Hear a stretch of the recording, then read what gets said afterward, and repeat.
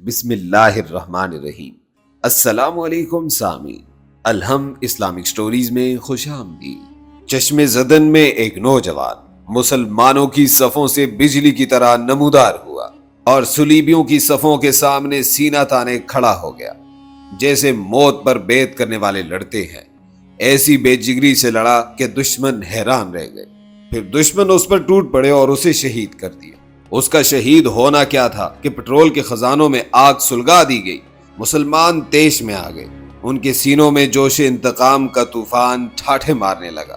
لہٰذا انہوں نے ایسے نعرہ تکبیر بلند کیا کہ جسے کائنات کے کناروں نے سنا ہوگا اور آفاق عالم نے جس کا جواب دیا ہوگا۔ پھر مسلمانوں نے صلیبیوں پر وہ پرخلوص فدائیانہ اور جانثارانہ حملے کیے جنہوں نے صلیبیوں کی صفوں کو تتر بتر کر کے رکھ دیا۔ صلیبی فوج کے سربراہ کا دل مایوسی اور ناامیدی سے بھر گیا۔ اس نے میدان جنگ سے فرار ہونے کی کوشش کی، لیکن یہ کیسے ہو سکتا تھا؟ اس نے اپنا ایک گھڑ سوار دستہ اکٹھا کیا اور قریبی مسلمانوں پر حملہ آور ہوا تاکہ بھاگنے کے لیے کوئی راستہ بنا سکے۔ لیکن اس جانب سلطان صلاح الدین ایوبی کا بھتیجا تقی الدین عمر مقرر تھا۔ جب اس نے دیکھا کہ وہ ایک مصیبت زدہ اور مایوس آدمی کے حملے کی طرح حملہ آور ہیں، کوئی راہ فرار چاہتے ہیں، تو اس نے انہیں بھاگنے کی راہ دے دی۔ انہوں نے جان کی امان میں ہی عافیت جانی اور دم دبا کر بھاگ نکلے۔ وہ ایسے بھاگ رہے تھے کہ پلٹ کر بھی نہ دیکھتے تھے، کیونکہ ان کی مطلوب ایک ہی چیز تھی کہ بھاگو بھاگو اور جان بچاؤ۔ اور یہ بھی اتفاق کی بات تھی کہ وہ علاقہ ایسا تھا جہاں خشک گھاس اور خزاں زدہ خشک درخت بکثرت سے موجود تھے، اور وہ دن انتہائی گرمی کے دن تھے۔ مسلمانوں نے اس میں آگ لگا دی، آگ بڑی، شعلے اٹھے، ہوا کا رخ بھی صلیبیوں کی طرف ہوا تھا۔ تو اس طریقے سے صلیبیوں پر کئی حرارتیں حملہ آور، یعنی آگ کی حرارت، دھوئیں کی حرارت، پیاز کی حرارت، قتال کی حرارت، موسم کی حرارت، سب کی سب اکٹھی ہو گئی۔ اس سے قبل انہوں نے ایسا حال کبھی نہ دیکھا ہوگا۔ انہیں اس بات کا یقین ہو گیا تھا کہ کوئی راستہ انہیں موت سے نہیں بچا سکے گا، تو انہوں نے سوچا کہ دفاع کرنے والوں کی طرح بہادری کے جوہر دکھاتے ہوئے موت کی طرف ہی بڑھا جائے۔ ادھر ان مسلمانوں کا کیا جوش اور ولولہ ہوگا جو اپنے سچے عقیدے کے ساتھ لڑ رہے تھے، جن کے گھر بار لوٹ لیے گئے تھے، جن کے علاقے چھین لیے گئے تھے۔ صلیبی ایک بار پھر جمع ہوئے، مسلمانوں پر کئی حملے کیے۔ قریب تھا کہ مسلمانوں کو ان کی جگہوں سے ہٹا دیتے اگر ان پر اللہ تعالیٰ کی خاص عنایت نہ ہوتی۔ بس یہ ہوتا رہا کہ ہر بار صلیبی جب بھی حملہ سے واپس پلٹتے تو مقتولین کی تعداد میں اضافہ ہی پاتے، یہاں تک کہ کمزور سے کمزور تر ہی بنتے گئے۔ امام ابن الاسیر کے بقول مسلمانوں نے انہیں دائرے کے محیط کی طرح گھیرے میں لے لیا۔ کچھ باہر بچے تو وہ ہتین کی ایک جانب پر ایک ٹیلے پر چڑھنے میں کامیاب ہو گئے۔ وہاں انہوں نے اپنے خیمے نصب کرنا چاہے تو مسلمانوں نے ان پر چاروں طرف سے حملہ کر لیا۔ اکثر کو تو واصل جہنم کر دیا، مگر پھر بھی وہ ایک خیمہ نصب کرنے میں کامیاب ہو گئے، اور وہ خیمہ صرف اور صرف بادشاہ کا تھا۔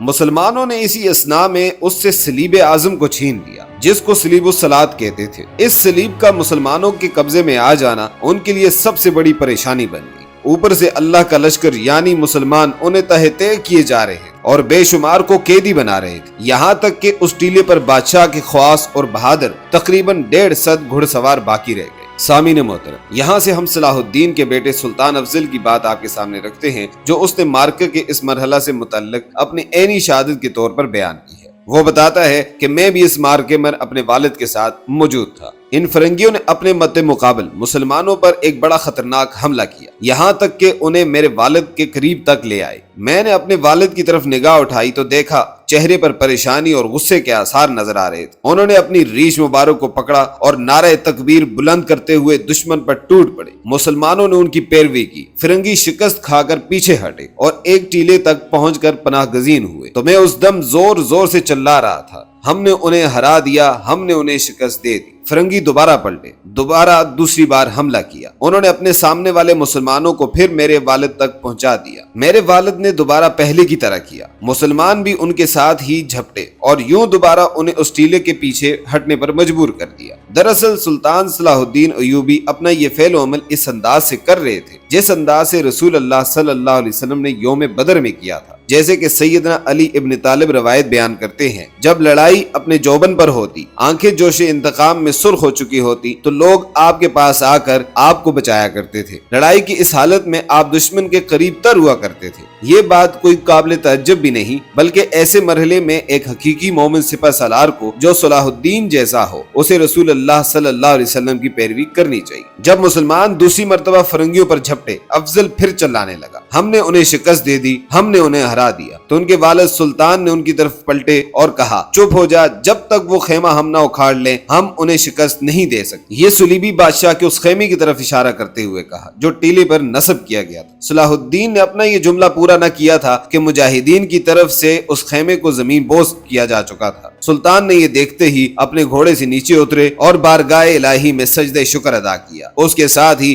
جو اللہ نے مسلمانوں پر انعام فرمایا تھا، آپ کے رخساروں پر خوشی اور انبساط کے آنسو موتی بن کر بہہ رہے تھے۔ یہ یادگار مارکہ فلسطین کے صلیبی ریاستوں کے مکمل خاتمے اور بیت المقدس کی آزادی کا پیش خیمہ ثابت ہوا۔ اس مارکہ کے متعلق مغربی مورخ لین پول لکھتا ہے کہ کٹے ہوئے سر خربوزوں کی فصل کی مانند ہر طرف بکھرے ہوئے پڑے تھے۔ مسلمان ٹیلے پر چڑھ گئے، تمام فرنگیوں کو قیدی بنا لیا۔ ان میں بیت المقدس کا بادشاہ جان نور جیان اور کرک کا قلعے کا مالک البرنس اورنات بھی شامل تھا۔ تمام فرنگیوں میں اس سے بڑھ کر مسلمانوں کا کوئی دشمن نہ تھا۔ مسلمانوں نے ان میں سے سب سے عظیم المرتبت فوجی کمانڈر کو بھی گرفتار کر لیا۔ ان کے علاوہ بری فوج اور صحرائی و بیابانی فوج کے دستوں کو بھی گرفتار کر لیا۔ خلاصہ یہ کہ ان میں واصل جہنم بھی بکثرت ہوئے اور بکثرت گرفتار بھی ہوئے۔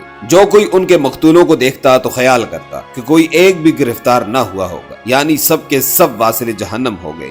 جو کوئی ان کے قیدیوں پر نگاہ ڈالتا تو خیال کرتا کہ کوئی بھی قتل نہیں ہوا ہوگا، یعنی سب کے سب قیدی بنا لیے گئے ہیں، یعنی وہ اس کثرت سے مقتول اور قیدی ہوئے تھے۔ ان ظالموں کو جب سے ان اسلامی ممالک میں گھسے ہیں اتنا بڑا نقصان برداشت نہیں کرنا پڑا تھا۔ اس مارکہ میں عیسائی مورخ اس جنگ میں عیسائیوں کا نقصان کی طرف اشارہ کرتے ہوئے تفصیل سے لکھتا ہے کہ فتح مسلمانوں کی طرف مائل ہو چکی تھی، لیکن رات نے دونوں فوجوں کو اپنی تاریک پردے میں چھپا لیا اور فوجیں اسی طرح ہتھیار پہنے ہوئے جہاں تھی وہیں صبح کا انتظار کرنے لگ گئی۔ ایسی رات میں آرام کس کو نصیب ہو سکتا تھا؟ سلطان تمام رات فوج کو جنگ کے لیے برانگیختہ کرتا رہا، نہایت پرجوش الفاظ میں ان کی ہمت اور حوصلوں کو بڑھانے کی کوشش کی۔ تیر اندازوں میں 400 تیر تقسیم کر کے ان کو ایسے مقامات پر متعین کیا کہ عیسائی فوج ان کے احاطہ سے نہ نکل سکے۔ عیسائیوں نے تاریکی سے فائدہ اٹھایا کہ اپنی صفوں کو قریب قریب یکجا کر لیا، لیکن ان کی طاقت صرف ہو چکی تھی۔ دوران جنگ بعض اوقات وہ ایک دوسرے کو موت کی پرواہ نہ کرنے کی تعلیم دیتے تھے اور بعض اوقات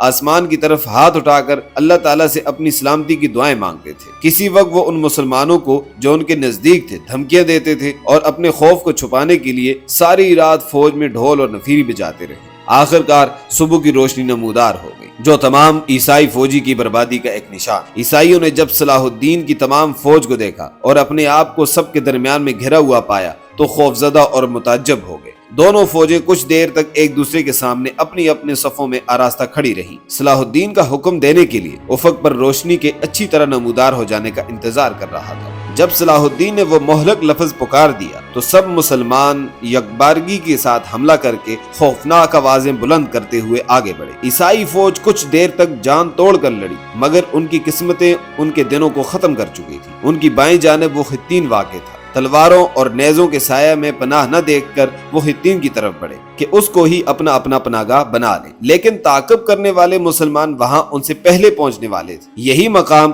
اس عظیم خونریزی کا یادگار بننے والا تھا۔ سلیب کی لکڑی جو اکا کے پادری کے ہاتھ میں تھی، پادری کے کٹ کے گر جانے پر لوزا کے پادری نے سنبھال لی، مگر وہ ماں سلیب کے مسلمانوں کے ہاتھوں میں قید ہو گیا۔ ایک مسلمان مورخ اس امر کو بطور عجیب واقعہ بیان کرتے ہوئے جہادی عظمت کے حقائق کا انکشاف کرتے ہوئے لکھتا ہے کہ عیسائی سوار سر سے پاؤں تک ڈھکے ہوتے تھے اور ان کے جسم پر نیزہ اور تلوار سے زخم لگانا مشکل ہوتا تھا، اس لیے پہلے گھوڑے کو قتل کر کے سوار کو زمین پر گرانا پڑتا تھا اور پھر اس کو مارا جاتا تھا۔ اسی سبب سب میں بے شمار مال غنیمت ملا، لیکن کوئی گھوڑا مسلمانوں کے ہاتھ نہ آیا۔ عیسائی مقتولوں کے سخت ہیبت ناک نظارے مورخوں نے کچھ یوں بیان کیے ہیں: ان کی صفوں کی صفیں کٹی پڑی تھی اور جدھر نظر جاتی تھی ان کے سر ہی سر نظر آتے تھے۔ اسی طرح عیسائی کی تعداد بھی عظیم تھی۔ ایک ایک رسی میں 30 40 عیسائی باندھ دیے گئے تھے اور 100 اور 200 قیدیوں کو ایک جگہ بند کیا گیا تھا جن پر ایک ہی مسلمان محافظ تھا۔ ایک شخص اپنا چشم دید واقعہ بیان کرتا ہے کہ ایک مسلمان سپاہی اکیلا 40 عیسائی قیدیوں کو خیمہ کی رسی سے باندھ کر ہانکتا ہوا لے جا رہا تھا۔ دمشق میں 3 دینار کو ایک عیسائی قیدی فروخت ہوا اور ایک سپاہی نے جس کے پاس جوتا نہ تھا اپنے حصے کے ایک عیسائی قیدی کو ایک کشف دوز موچی کے ہاتھ جوتے کے بدلے فروخت کیا۔ مال غنیمت کی تقسیم سے ہر ایک غریب سپاہی بھی مالدار ہو گیا۔ غرض اس قسم کے حالات جو بیان کیے گئے ہیں جس سے ظاہر ہوتا ہے کہ ہتین کی شکست نے عیسائیوں کی طاقت کو جڑ سے اکھیڑ دیا تھا، اور اس سے زیادہ ابتری اور تباہی کیا ہو سکتی ہے کہ عیسائیوں کی صلیب، عیسائیوں کا بادشاہ، ہر عیسائی امیر اور نامور شخص مسلمانوں کے ہاتھ میں قید ہو گیا تھا۔